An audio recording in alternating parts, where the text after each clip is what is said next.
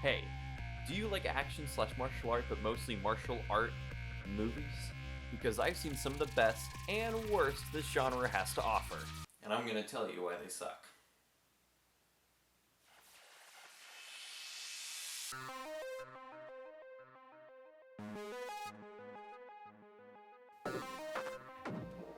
So, Jackie Chan. Easily one of the greatest action choreographers of all time. With some of the most amazing fights and stunts on his resume, and his continued work as an actor and physical performer, he has more than earned his place as one of the greatest filmmakers ever. Most of you probably know him from the film series Rush Hour with co-star Chris Tucker. But if you haven't seen the likes of Project A, Police Story, or Wheels on Meals, you are doing yourself a disservice. You can, however, live without watching this steaming pile of shit. The Spy Next Door is the reason I'm gonna kill myself at 26. It goes against my religion as a filmmaker. The only real way to watch it is in a group of people to make fun of it. Okay. Hey, it's like you late at night when I hear you running around the room making explosion noises. Every day. Whoa, that looks like a... Fake tree.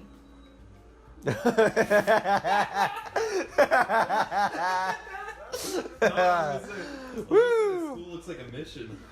It's in a very similar league as the Tooth Fairy, but instead of The Rock, who is an entirely script and director-dependent performer, Jackie Chan is a very talented actor who's in a film that's pretty much just holding him back. Ask you to allow us to pass.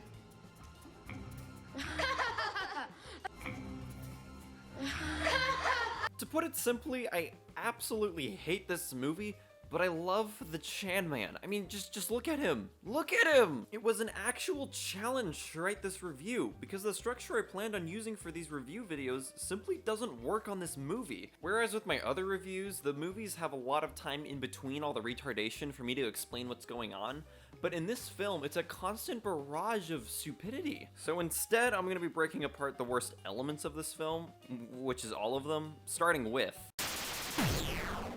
This is a story a child wrote.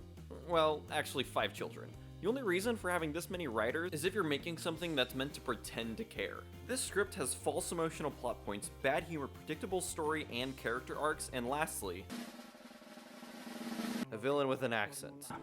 Retrieve it. And? Kill them. Thank you.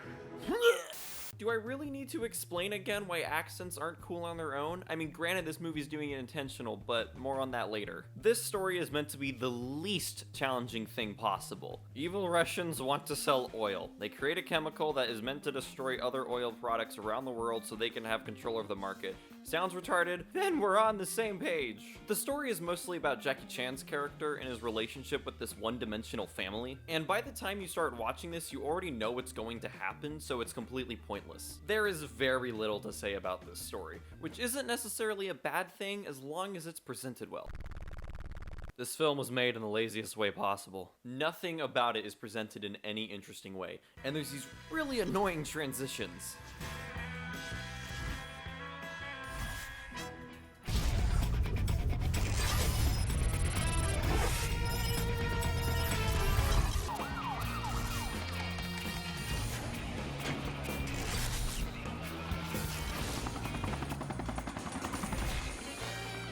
Coolsville.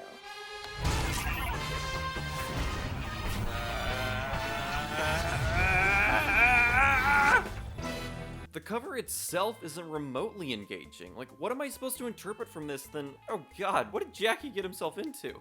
Everything in the whole movie is way too well lit. Light is never used to convey any kind of emotion, it's just meant to be easy to film. There isn't really any style at all. The cinematography is all over the place. It's either way too close or way too bland. Like, just watch this clip.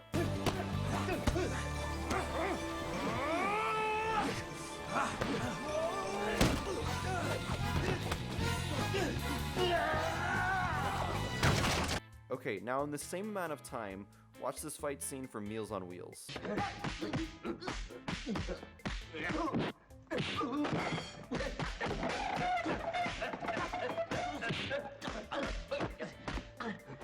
Not only is it more expressive with far less camera angles, there's also a reason for it being filmed this way. This film has close-ups because the fight choreography is so simple.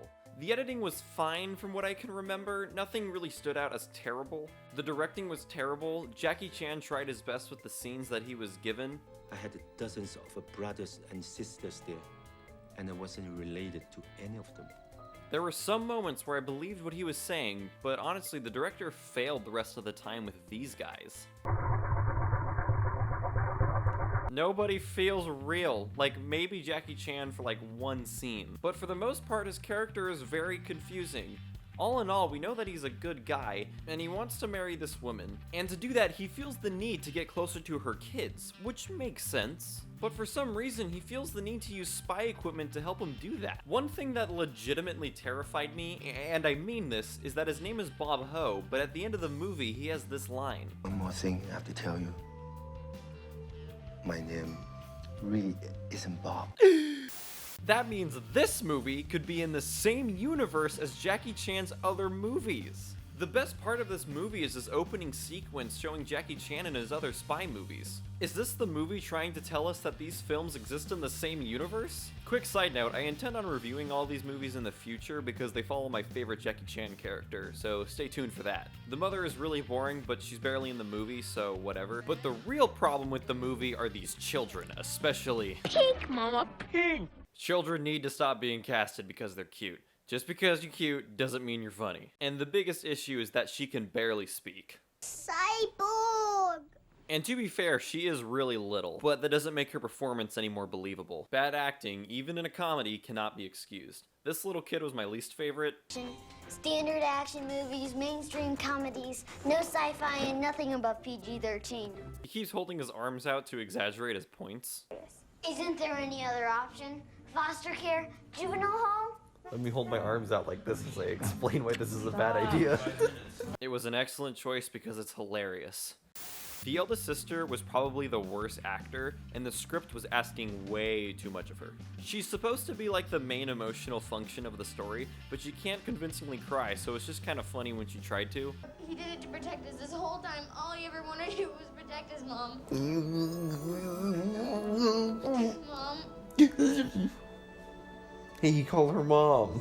Wait. She called And like I mentioned before, the villain is super cliche. And although the film is doing it intentionally, it doesn't count as funny because they don't do anything with the cliche, so it's just as bad. George Lopez is also in this movie as a twist villain. He has zero charisma. And Billy Ray Cyrus is also in this film. That's chance. It's okay. My aching breaking heart's here. He's like the guy in the chair, but he's also completely useless to the story. And he's not funny. And what's the most important thing in a comedy? Nothing in this movie is intentionally funny. The only times I laughed was either because something was terrible or my family said something. Yeah, he's like the Chinese Mary Poppins.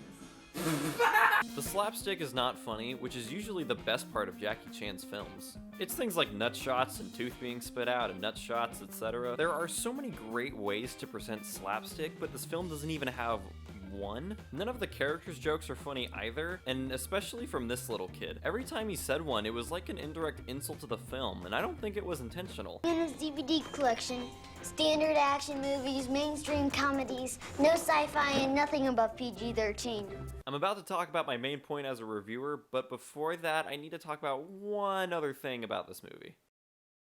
Wait, we're almost at 70. Yes, I gave Jackie Chan a lot of praise when I started this review, but he does really, really bad.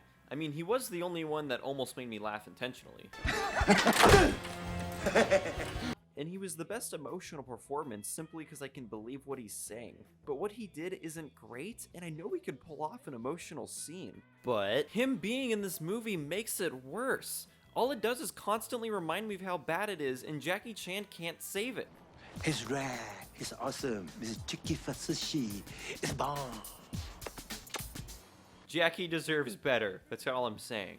Now I can talk about the most important thing to me as a reviewer. It's all bad. I told Jason that I was going to be watching this movie, and he told me that he remembers there was a lot of good fight scenes in it. He lied to me. Every fight scene is terrible. There's not one well choreographed or interesting fight. Am I looking too much into this family comedy?